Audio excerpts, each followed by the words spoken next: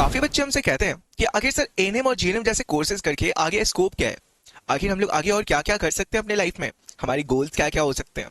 तो चलिए आज की इस वीडियो में आपको मैं पूरी तरीके से ये बताऊंगा कि आखिर एएनएम और जीएनएम जैसे कोर्सेज जो नर्सिंग कोर्सेज हैं और इसे कंप्लीट करने के बाद आप क्या क्या कर सकते हो। देखो, बहुत सारे स्कोप्स मिलते हैं आखिर अगर आप इस कोर्स को कंप्लीट कर लेते हो तो। जहाँ की आपको भी पता होगा एएनएम 2 साल का कोर्स है और जीएनएम प्रॉपर 3 साल के कोर्सेज हैं। इसमें अगर हम लोग देखें कि कोर्सेज में आपको क्या क्या मिल सकते हैं, तो गवर्नमेंट जॉब्स आपको मिल सकते हैं, प्राइवेट सेक्टर में जॉब मिल सकते हैं। फर्दर आप हायर स्टडीज करना चाहो तो उसके लिए स्कोप्स हैं। इसके अलावा आप अब्रोड जाना चाहो वो भी कर सकते हो, या फिर आप एक पार्टिकुलर कोई ऑफिसर का रोल चूज कर सकते हो, कोई स्पेशलाइज्ड गोल्स भी आप चूज कर सकते हो। आप अपने फर्दर नर्सिंग होम्स भी खोल सकते हो। तो ये सारे फैक्टर्स आपको देखने को मिलते हैं अगर आप एएनएम और जीएनएम जैसे कोर्सेज कंप्लीट करते हो। हम लोग एक एक करके इन सब पर बात करेंगे। फर्दर पहले हम आपको बताएं कि अगर आप भी एएनएम और जीएनएम करना चाहते हैं तो सबसे पहले मैं आपको बता दूं, आगे चल करके जो स्कोप मिलेगा सो मिलेगा। अभी हमारे यहाँ पर से एएनएम और जीएनएम कंप्लीट किए हुए बच्चे, जीएनएम के स्टूडेंट्स स्टाफ नर्स में बैठे हैं, और एएनएम के स्टूडेंट्स जो थे वो एएनएम वैकेंसी जो बिहार में आई उसमें बैठे हैं।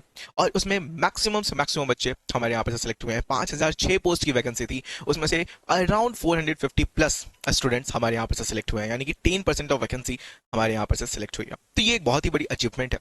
इसके लिए आपको क्या करना पड़ता है, जब आप पहले अपना पूरा एएनएम के कोर्स में इनरोल होते हो तो फिर कॉलेज में आपको बहुत सारी चीजें नहीं पता चल रही होती है, नहीं समझ आ रही होती है, तो उसमें बच्चे भटक जाते हैं। तो हम लोग आपके लिए ये सारी कोर्सेज भी अवेलेबल कराते हैं ताकि आप अपने पूरे तरीके से सारी चीजों को समझ सको।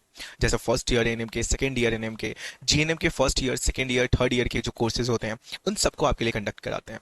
इसके साथ ही साथ अगर आपको परेशानी होती है आगे आपके कंपटीशन में कैसे आपको फाइट करना है इन सब के लिए, तो उसके लिए भी हम लोग आपके लिए सॉल्यूशन प्रोवाइड करते हैं।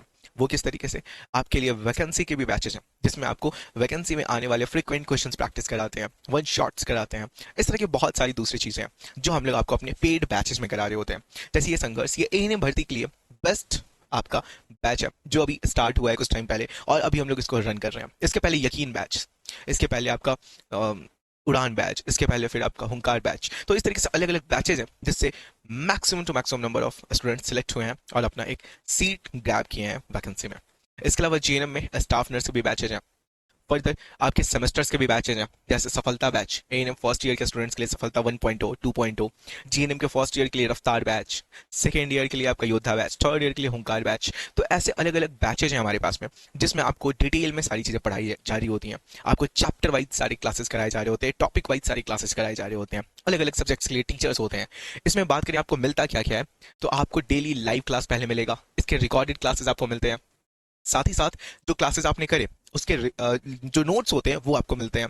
डेली प्रैक्टिस पेपर्स आपको मिलते हैं, वीकली डेली मतलब वीकली टेस्ट और डेली क्विज आपको मिलता है जिसमें आप जो भी पढ़े हो उससे क्वेश्चंस दिए जाते हैं सारे ही बैचेज में।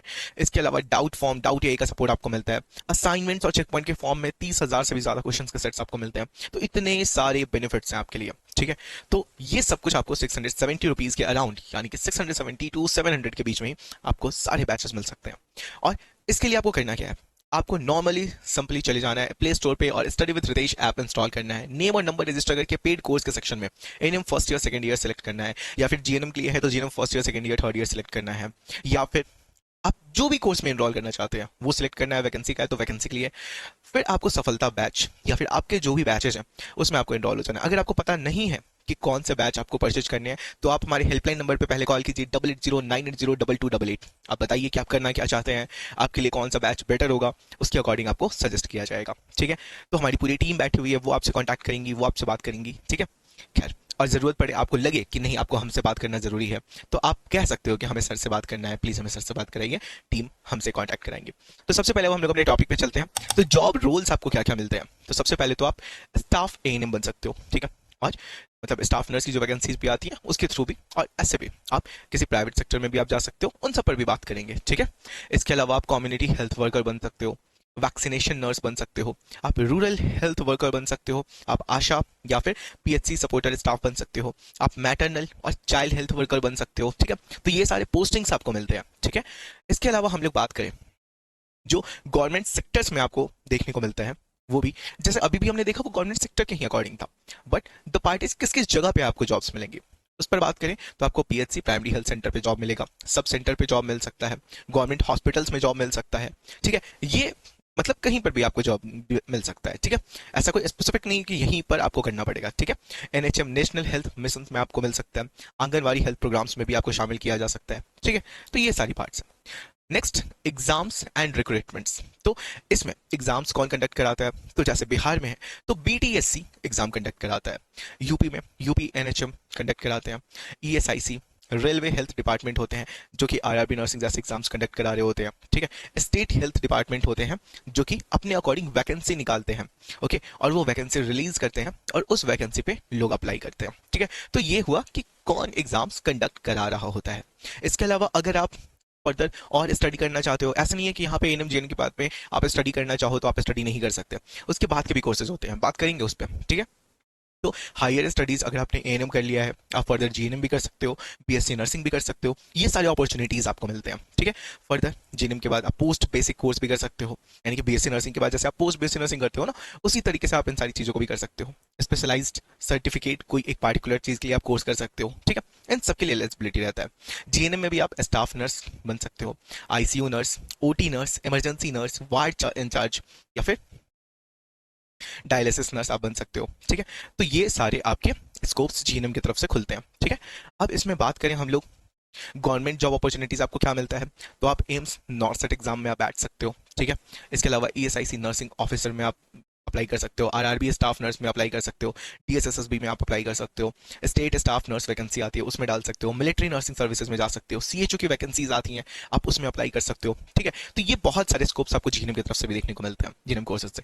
प्राइवेट सेक्टर्स में अगर बात करें तो एएनएम के बाद में बहुत सारे जो प्राइवेट सेक्टर के हॉस्पिटल्स हैं वो आपको इनरोल नहीं करते हैं, बट जीएनएम कर लेते हो अगर आप तो आपको बहुत सारे प्राइवेट सेक्टर्स में भी अपॉर्चुनिटीज मिलती हैं। अपोलो हॉस्पिटल्स, फोर्टिस, फिर max health care, Medanta nursing homes, और इसके अलावा इंटरनेशनल भी हॉस्पिटल्स हैं, वो सब आपको अपने पास में मतलब अपॉर्चुनिटी देते हैं, ठीक है। तो इतने सारे बेनिफिट्स आपको जीएनएम की तरफ से भी मिलते हैं, ठीक है। इसमें फर्दर हम लोग बात करें तो हायर स्टडीज अगर आप करना चाहते हो तो आप पोस्ट बेसिक बीएससी नर्सिंग कर सकते हो, बीएससी नर्सिंग आप चूज कर सकते हो, आप एमएससी चूज कर सकते हो, आप नर्स एजुकेटर बन सकते हो, या फिर आप हॉस्पिटल मैनेजमेंट के लिए भी आप अप्लाई कर सकते हो। जैसे कि मैं बताऊं, हमारे भी काफी सारे स्टूडेंट्स हैं जो कि बाहर के एरिया में रह करके 80,000 85,000 ऐसे प्राइवेट हॉस्पिटल से कमा रहे हैं जीएनएम के कोर्सेज कंप्लीट करके। तो बहुत ही ज्यादा स्कोप है, और आज की डेट पे एक डॉक्टर की, एमबीबीएस ग्रेजुएट डॉक्टर की स्टार्टिंग सैलरी 60 to 80,000 अराउंड होती है। तो आप समझ रहे हो, आप अगर ये सारे कोर्सेज कंप्लीट कर लेते हो तो आप एक स्टार्टिंग ग्रेजुएट डॉक्टर से कंपीट कर रहे हो, और ये बहुत बड़ी बात है, ठीक है। तो काफी अच्छे पैकेजेस आपको मिलते हैं, ये मेरा कहना है कि आपको एक अच्छी सैलरी और एक अच्छे पैकेज पे रखा जाता है। इसके अलावा अगर आप अब्रोड जाना चाहते हो, यानी कि बाहर से आप अपने बाकी के पार्ट को कंटिन्यू करना चाहते हो, तो उसके लिए भी आपको अपॉर्चुनिटीज मिलती हैं। तो अब्रोड अपॉर्चुनिटीज में आपको जीएनएम के बाद Dubai, UK, Canada, Australia, Saudi Arabia, इन सारी जगहों पे हॉस्पिटल्स में, हेल्थ केयर डिपार्टमेंट्स में आपको अपॉर्चुनिटीज मिलती हैं और आप अप्लाई कर सकते हो, ठीक है। तो वहां पर आपको सैलरी और भी ज्यादा मिलेगी, ये आपके लिए और भी ज्यादा बेनिफिशियल पार्ट होगा, ठीक है। और यहाँ पर अगर सैलरी की बात करें हम लोग, तो अगर आप एएनएम की बात करते हैं हम लोग, तो गवर्नमेंट सेक्टर में 15 से 25 हज़ार से शुरू होती है अराउंड सैलरी, और 45 हज़ार पर मंथ के अराउंड जाती है, ठीक है। ये 45 बढ़ के 50 तक के अराउंड पहुंचता है गवर्नमेंट सेक्टर में। वहीं पे प्राइवेट सेक्टर में 10 से 25 हज़ार प्रति माह आपको महीने में सैलरी मिलती है। वहीं पे अगर बात करिए जीएनएम की, तो जीएनएम में आपको बहुत ज्यादा स्कोप मिलता है। गवर्नमेंट में अगर कहीं पे आपका होता है तो 45,000 आपका एक स्टार्टिंग सैलरी रहता है पर मंथ, और 80,000 तक अराउंड वैरी करता है, ठीक है। प्राइवेट सेक्टर में बात करें तो 18,000 से 50,000 तक का आपको एक सेक्टर देखने को मिलता है, बट ऐसा प्राइवेट सेक्टर में लिमिटेड नहीं है।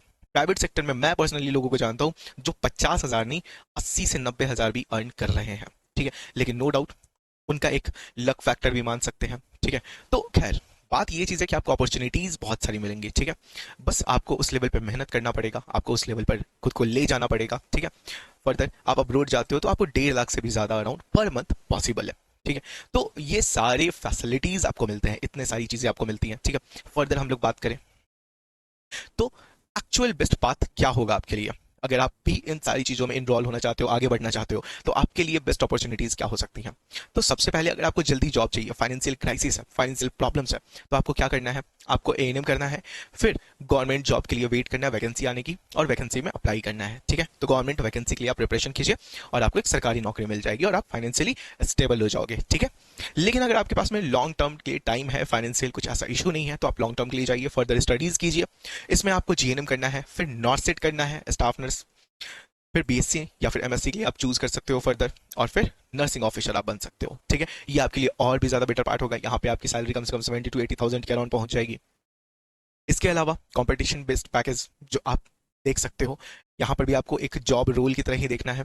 तो जीएनएम के साथ फिर नॉसेट फाइनल और फिर कुछ एक्सपीरियंस भी आपका रहेगा, तो आपको एक अच्छे पैकेज मिलते हैं। ठीक है, तो यहाँ पर एक बेटर पार्ट आपको देखने को मिलता है। और ये जो सारी चीजें हैं, जो आपको एक पथ दिखाई देता है जब आप ये एएनएम और जीएनएम के कोर्सेज कंप्लीट कर लेते हो, तो नो डाउट बहुत ही ज्यादा स्कोप है। और आप इसको करने के बाद में फर्दर अच्छे लेवल पे अपनी तैयारी को ले जाते हो, तो फिर आप एक अच्छी अर्निंग भी कर सकते हो। ठीक है, फिलहाल अब इस पॉइंट ऑफ टाइम पे आपको क्या करना है, आपको मेहनत करना है, खुद को थोड़ा सा रगड़ना है और लाइफ में आगे बढ़ना है। ठीक है, चलिए तो फिर मिलते हैं फिर किसी नए वीडियो में किसी दूसरे टॉपिक के साथ में। तब तक के लिए thank you, all the very best. हंसते रहिए, मुस्कुराते रहिए और पढ़ाई करते रहिए। Thank you.